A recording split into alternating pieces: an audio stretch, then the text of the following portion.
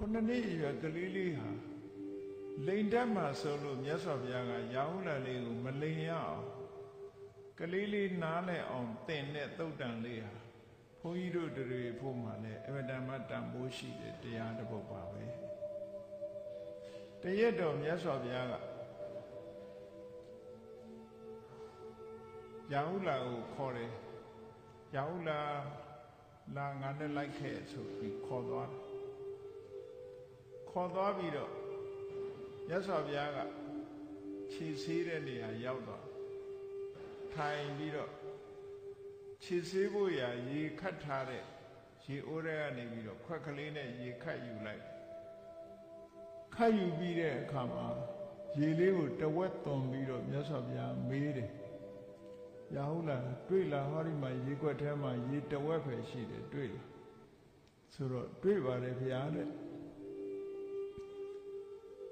လောကမှာလိန်ပြောတတ်တဲ့လူဆိုတာကြည်ကိုချင်းတရားပြည့်ပြည့်ဝမရှိဘူးတဲ့ဟောကိုချင်းတရားမပြည့်ဝဘူးပေါ့ဒီခွက်ထဲကရေတွေမပြည့်တယ်လို့ပဲလိန်တတ်ပြီဆိုရင်မင်းကိုချင်းတရားတွေမပြည့်နိုင်ဘူးတဲ့ကိုချင်းသီလတွေကပျက်စီးတယ်အဲ့ဒါလို့ကလေးနားလေတဲ့စကလုံးလေးနဲ့သုံးပြီးမြတ်စွာဘုရားကခွက်ထဲကရေတွေကိုသွန်လိုက်တယ်ကဲရဟုတ်လားဟောဒီထဲမှာခွက်ထဲမှာရေတွေရှိသေးလားမရှိတော့ဘူးဗျာရေတွေသွန်လိုက်တယ်အေးအဲ့ဒီလိုသွန်လိုက်တယ်လို့ပဲလိန်ပြောတဲ့ပုဂ္ဂိုလ်ဟာကိုချင်းတရားတွေအကုန်လုံးစွန့်ပစ်လိုက်တာနဲ့တူတူပဲဆိုပြီးတော့မြတ်စွာဘုရားကခွက်ကလေးကိုမှောက်ပြီးတော့မေးတယ်ရဟုတ်လားတွေ့လားငါခွက်ကလေးကိုမှောက်ထားအဲ့ဒီခွက်ကလေးမှောက်လိုက်တယ်လို့ပဲ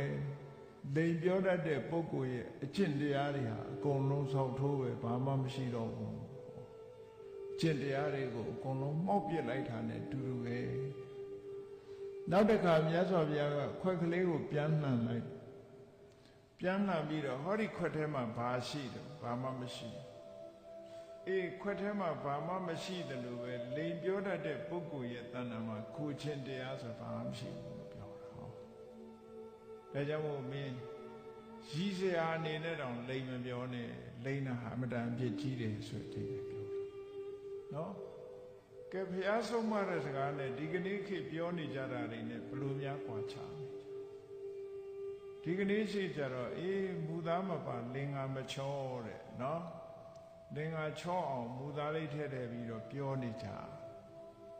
ဟောမြတ်စွာဘုရားကကြည်လိန်ပြောရလို့ရှိရင်တဲ့ဘာမှကိုချင်းတရားမရှိတော့ဘူးလို့ဒီလိုကိုဟောတာလိန်မှာစိုးလို့